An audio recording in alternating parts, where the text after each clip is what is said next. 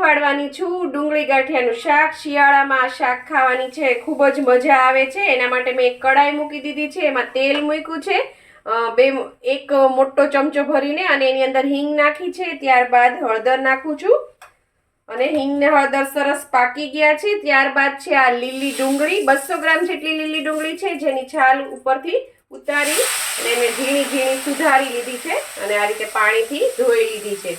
એને આપણે આ રીતે વઘારી દઈશું। 5 ચમચી હળદર નાખી હતી અને 2 ચપટી જેટલી હિંગ નાખી છે। ડુંગળી નાખ્યા બાદ હવે આપણે એની અંદર નાખવાનું છે મીઠું,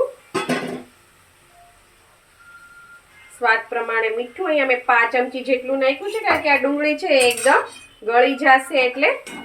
હવે આને સરસ આપણે મિક્સ કરી દેવાની છે। મિક્સ કરી અને 5 મિનિટ આને ઢાંકી દેવાની છે, જેથી એ સરસ પાકી જાય અને સોફ્ટ થઈ જાય।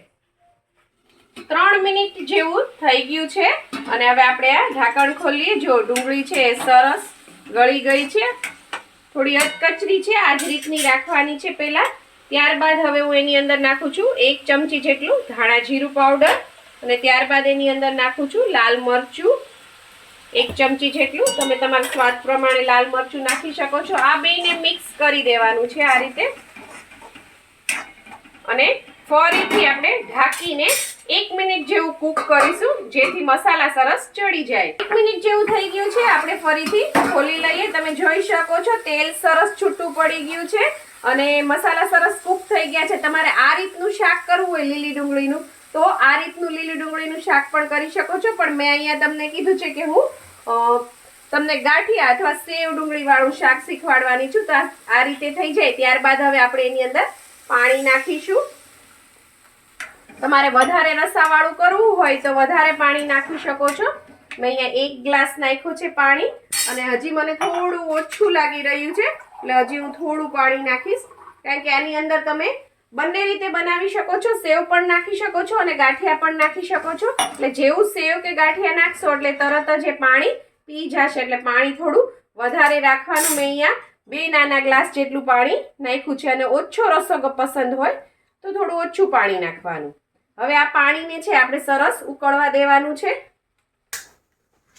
5 મિનિટ થઈ ગઈ છે, પાણીને સરસ ઉકળવા દેવાનું। જો પાણીનો કાચો સ્વાદ આવશે ને તો શાક ને રસો બે અલગ અલગ રહેશે, એટલે પાણી સરસ આ રીતે ઉકળે ને 2-3 મિનિટ આને સરસ આવી રીતે ઉકળવા દેવાનું અને આ શાકમાં મસ્ત મજાનો તેલનો રસો, મરચું બધું એવું સરસ દેખાશે અને આ શાક છે એ રોટલા સાથે ખાવાની બહુ જ મજા આવે છે। જો શિયાળામાં તમે ડુંગળી ગાંઠિયા કે સેવ ડુંગળીનું શાક નથી ખાધું તો એ શિયાળો માણ્યો ના કહેવાય, કારણ કે ખીચડી સાથે રોટલા સાથે આ શાક બહુ જ સરસ બહુ જ સરસ લાગે છે। તો જરૂરથી બનાવજો।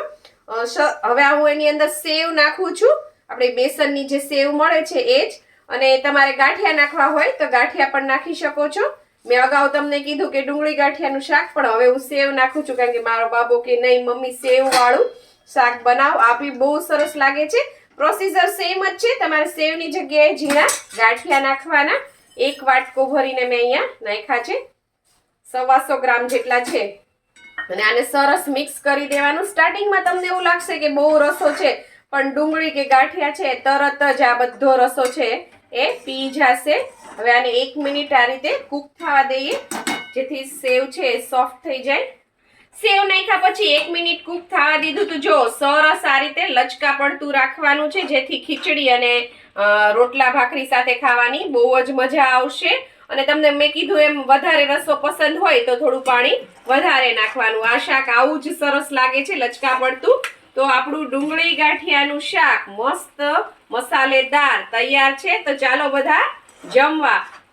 જો તમને મારી આ રેસીપી પસંદ આવી હોય તો લાઈક, શેર, કોમેન્ટ કરો પ્લીઝ। મારી ચેનલને સબસ્ક્રાઇબ કરો અને હા, બેલ આઇકન દબાવવાનું ના ભૂલશો, જેથી આવી જ સરસ મજાની વાનગીઓ તમારા સુધી પહોંચતી રહે। થેન્ક યુ, આવજો।